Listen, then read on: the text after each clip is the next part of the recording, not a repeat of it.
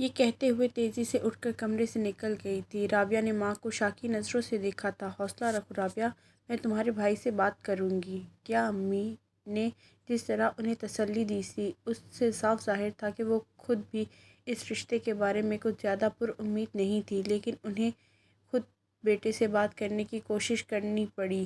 شام ہوتے ہی وہ دندناتے ہوئے اپنی بیوی کے ساتھ ان کے کمرے میں آ گئے تھے۔ نہ صرف وہ بلکہ رابعہ کے دوسرے دونوں بھائی بہنوں بھی آ گئے تھے۔ انہوں نے رابعہ کو سلام کا جواب دیے بغیر کڑوے تیوروں سے ساتھ کہا تھا، کون سے رشتے اور کون سی نسبت کی بات کی تھی تم نے یاسمین سے؟ انہوں نے اپنی بیوی کا نام دیا۔ بھائی جان، آپ نے بچپن میں خود ہی ان کے بھائی نے ان کی بات کاٹ دی۔ جو کہا تھا غلط کہا تھا، بکواس کی تھی۔ تم اپنے بیٹے کو کس پرتے پہ رشتے کے لیے پیش کر رہی ہو؟ وہ ہے کیا چیز؟ وہ کس بھی بات میں میری بیٹی کے برابر ہے؟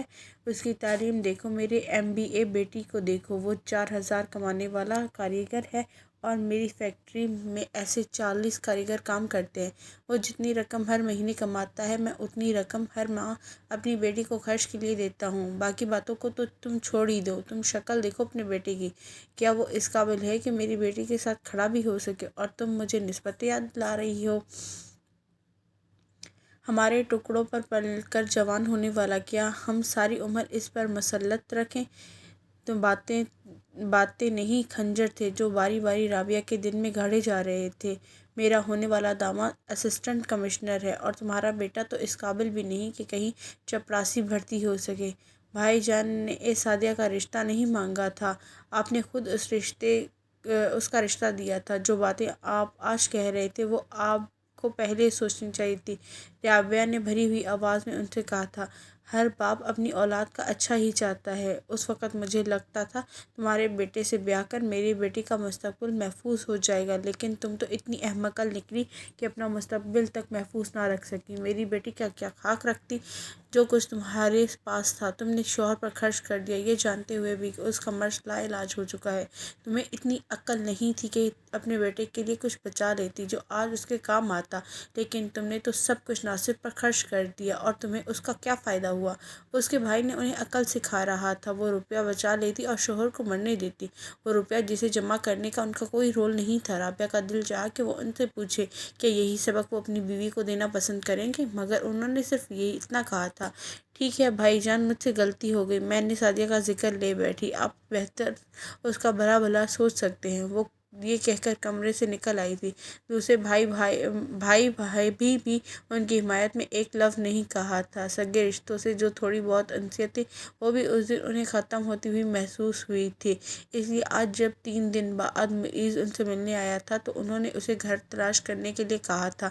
لیکن امی آخر بات کیا ہے؟ پہلے تو بالکل انکار کر رہی تھی، اب معیز کو ماں کی رضامندی پر حیرانی ہوئی تھی۔ بیٹے کی نرم لہجے پر خود پر ضبط کرتے ہوئے بھی ان کا جی بھر آیا تھا۔ سعدیہ کی منگنی ہو گئی ہے، انہوں نے بھیگی آواز میں اسے بتایا تھا۔ تو میں اس میں رونے والی کیا بات ہے؟ ماں کے آنسو اس کی سمجھ سے باہر تھے، اور رابعہ کے لیے اس کا رویہ ایک لمحے کو بھی ایسا نہیں لگا تھا کہ جیسے اسے کوئی ملال ہو۔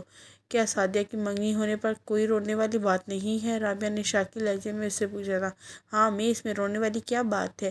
آخر اس کی شادی تو ایک ماں باپ نے ہی کرنی ہی ہے، پھر خاندان میں ابھی اور بھی لڑکیاں ہیں، کیا آپ سب کی منگنی پر اسی طرح روئیں گی؟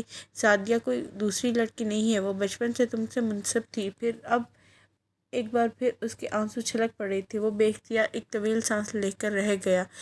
اب اس کی سمجھ میں آیا تھا کہ ماں کی افسردگی کا سبب کیا ہے۔ اس کے ذہن میں کہیں دور دور تک بھی سعدیہ اور اپنی نسبت کا خیال نہیں تھا، کیونکہ اس نے سعدیہ کو کبھی اس نظر سے دیکھا ہی نہ تھا۔ بلا شبہ وہ اس خاندان کی سب سے خوبصورت لڑکی تھی، وہ اسے اس قدر خوبصورت اور حساس بھی تھا، اور اگر ان حالات کا شکار نہ ہوتا کہ شاید وہ بھی بری طرح سعدیہ کے عشق میں گرفتار ہوتا۔ لیکن ہوش سنبھالتے اس نے اپنے ساتھ سعدیہ کا جو حد تک آمیز سلوک دیکھا تھا، اس نے معیز کو کسی خوش فہمی میں مبتلا ہونے نہیں دیا تھا۔ اب اسے ماں کے رونے پر ہنسی آ رہی تھی۔ شاید وہ یہ سوچ رہی تھی کہ اسے اس نسبت کے ٹوٹنے کا اس نے بڑے پیار سے ماں کے دونوں ہاتھ پکڑ لیے۔ امی اگر اس کی منگنی ہو گئی ہے تو یہ بہت اچھا ہوا۔ آپ نے یہ کیسے سوچ لیا؟ ماموں مجھ سے اس کی شادی کر دیں گے؟ میں نے کبھی اس کے بارے میں نہیں سوچا، اور ویسے بھی میں اس کے قابل نہیں ہوں۔ اس کے والدین سب ماں باپ اپنی بیٹی کو خوش دیکھنا چاہتے ہیں، اور یقیناً یہ خوشی دولت سے وابستہ ہوتی ہے، اور میرے پاس دولت ہی نہیں اور نہ ہی آنے کی امید ہے۔ پھر وہ کس آس کے ساتھ سعدیہ کی زندگی برباد کریں؟ انہوں نے جو کچھ کیا بالکل ٹھیک کیا۔ آپ خواہ اتنی چھوٹی سی بات کو دل پر نہ لگائیں۔ اس نے بڑی نرمی سے انہیں سمجھایا تھا۔ کیا ٹھیک کیا انہوں نے؟ دھوکہ دیا، وعدہ خلافی کی ہے۔ میں دیکھتی ہوں اگر ناصر زندہ ہوتے تو وہ سب کیسے کرتے۔ اسی لیے میں تم سے کہتی ہوں تعلیم نہ چھوڑو، پڑھو، کچھ بن جاؤ، تاکہ وہ دولت نہ سہی تعلیم میں تو تم اس کے برابر ہوتے، پھر کوئی تمہیں اس طرح رد نہ کرتا۔ انہیں اب اس پر غصہ آ رہا تھا، مگر وہ سر جھکائے بڑے اطمینان سے باتیں سن رہا تھا۔ تم نے سعدیہ کے بارے میں سوچا ہو یا نہ سوچا ہو،